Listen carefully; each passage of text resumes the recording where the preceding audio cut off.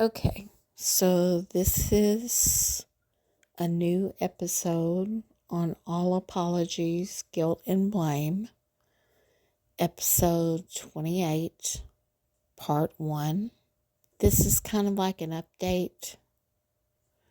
All Apologies is my third podcast on my life, and I wanted to update it with a few episodes in different sections. So if you'll please bear with me, let's get started.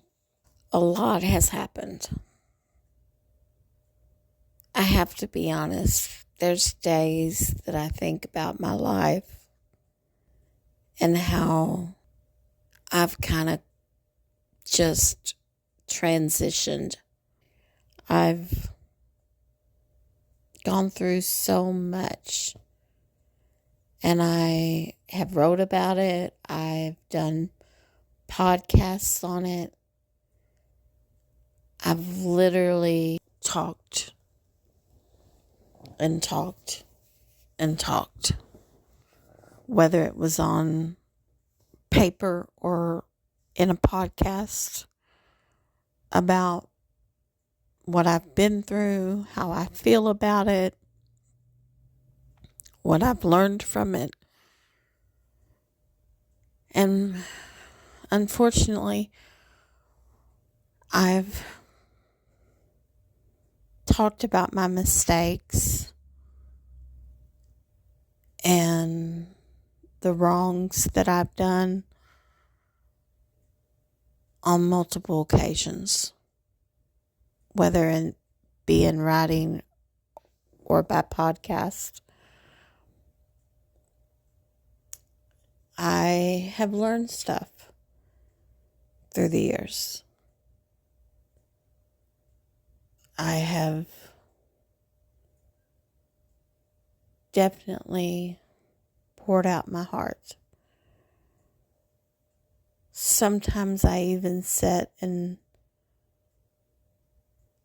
I don't know that you'd call it daydream or just gone over it in my head and heart so many times about all the mistakes and wrongs and twists and turns that I have managed to do throughout my life. It wasn't but just the other day I was thinking that I remember my first marriage with Matt, but I don't remember a lot. I definitely don't have a lot of good memories. I don't think he ever loved me. I think he just wanted a trophy wife, and at the time I was very young. I think he needed a babysitter for the kids. And I think he was, in my eyes, a way for me to grow up, for me to make a change in my life. And I think he crashed all of my dreams and hopes for a young girl. I can remember things now looking back that I never really said anything about. Like the fact that I had a hope chest that my grandfather had built. And it wasn't full of a lot of things because, number one, it wasn't that big. But number two, I never thought I would have, like, my dreams come true anyway. I thought that I had turned into this rebellious, suicidal person that was more than likely not going to make it in the world. I can honestly remember that, thinking when I was still in my teens that I didn't care if I lived or died, that my whole life was just slipping through my fingers. And I remember when I married Matt, I totally did not think I was doing the right thing, but I wanted desperately to have a better life than the one that I had managed to build for myself. I didn't want the black cloud that was hanging over me to stay there. I wanted it to go away. I wanted to blend in. I wanted to find a better path. And Matt didn't give me that. He could have, but he was an alcoholic. And he wasn't a good husband. But at the time, I didn't realize that. And when I did realize that I was unhappy, I left. I don't have a lot of good memories from being with Matt. My second marriage to Walker, sometimes I think about that and how there's a lot of woulda, coulda, shouldas that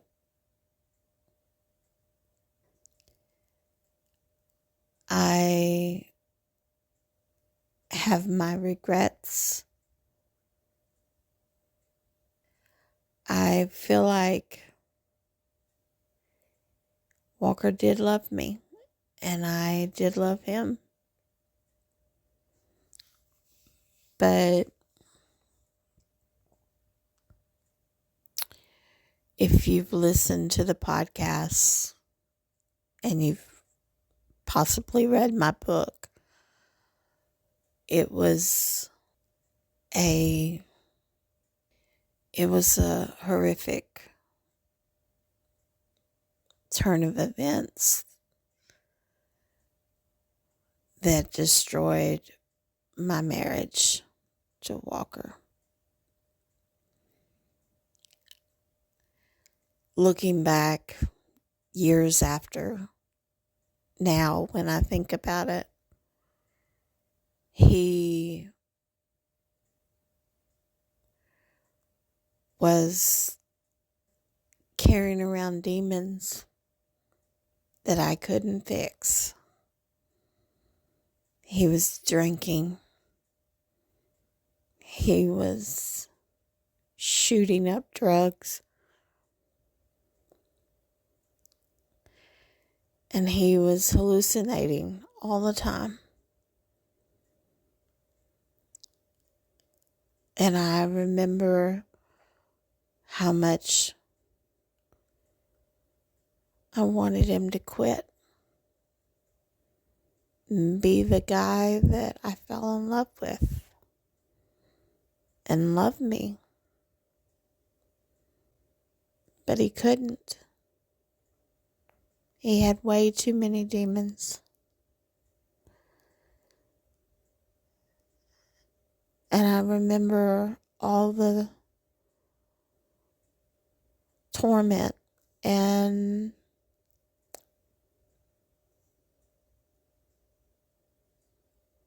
all the growing up that I really wish I'd had. But I do have some fond memories, but not many. I think about things that were said to me, some of them years after he killed himself. I think about what my mother said about that she can't believe that I went through all of that. Why wouldn't I have left if I did? Or why wouldn't I have done it differently? I can't remember exactly what she said. I put it in the podcast when she said it, and it wasn't long ago. But I remember telling her, what the hell are you talking about? What do you think happens to women that are abused? Do you think it's easy? Or that I had a way out? I don't remember what she said. I just remember I was so torn up about her words years after everything. How she could ever just say one word to me like she wasn't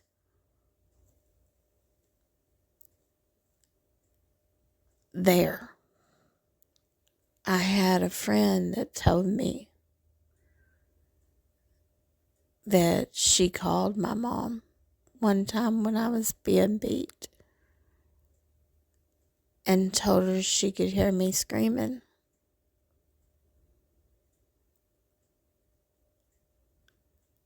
And my mother said, don't call me again.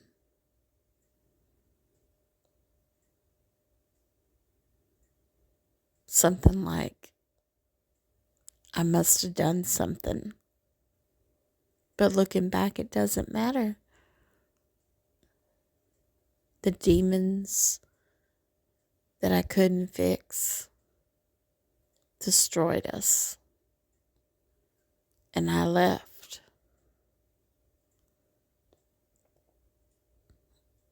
And I moved on. And eventually he killed himself. I forgot to say that Matt died a long time ago too.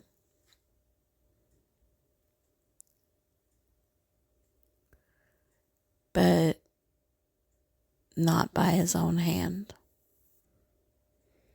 And then Kyle,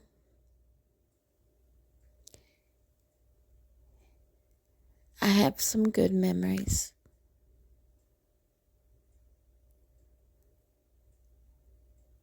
He came along right at the right time. And I wanted to leave. I wanted a fresh start. I have a lot of regrets with Kyle, but not so much about our divorce.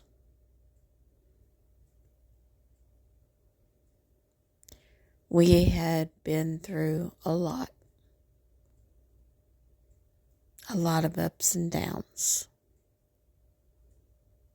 And the military life is hard. It really is. It's hard on a lot of wives. A lot of marriages, I should say.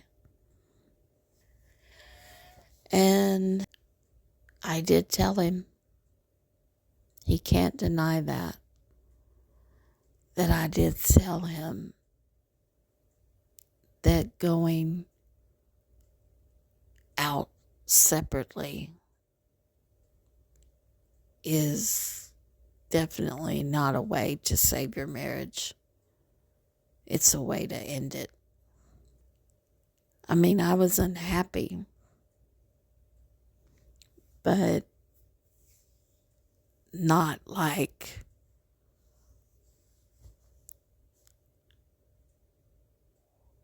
that I would have walked away.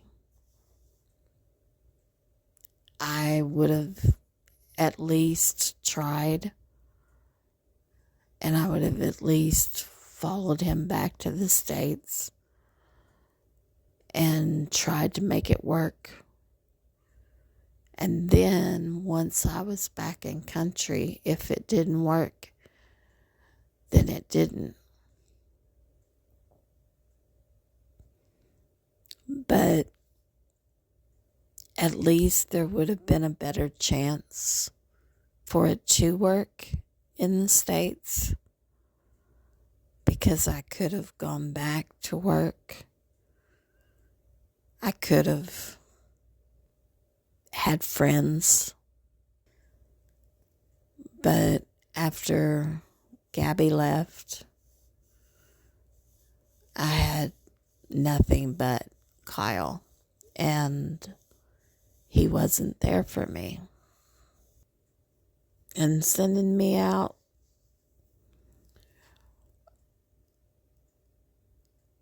only pushed me into someone else's arms. And my fourth husband, Phil, definitely said it the best, in the best way possible, when we met. That I was like a sponge, just trying to soak up every bit of love and affection that I could get. And that was true. And by the time Kyle and me had just fallen apart, I was older. I was determined to keep trying to find happiness. Now, I know that there's no such thing as happiness. Not really. I think some people are lucky enough to find it. But I think a lot of people can search all their lives and never find what they're truly looking for. I think it's a tough ask to find your soulmate, to find someone that makes you feel everything that you've ever wanted to feel. It's a tall ask. And I'm not saying it's impossible. I'm just saying for most people, it's a hard thing to do. And for people like me, it's virtually seemed impossible my entire life. But I learned things along the way. I forgot to say that Kyle, my third husband, is still alive. That's Brittany's dad. And I consider him a friend now. We've never really talked too much about everything. And that's definitely for the best. He's remarried and he's happy, and I'm glad for him. And I like her. She's a nice person. But I don't know if she knows everything I do about Kyle. It was a difficult ending for us. But we're friendly if we're ever in the same room. And I think he knows I'm happy for him. Phil, on the other hand, is still alive, too. That's my son's dad. And there's no love loss between us. Okay, so I'm going to stop here. Seems like a good place to stop. And I'll be back. Please keep listening.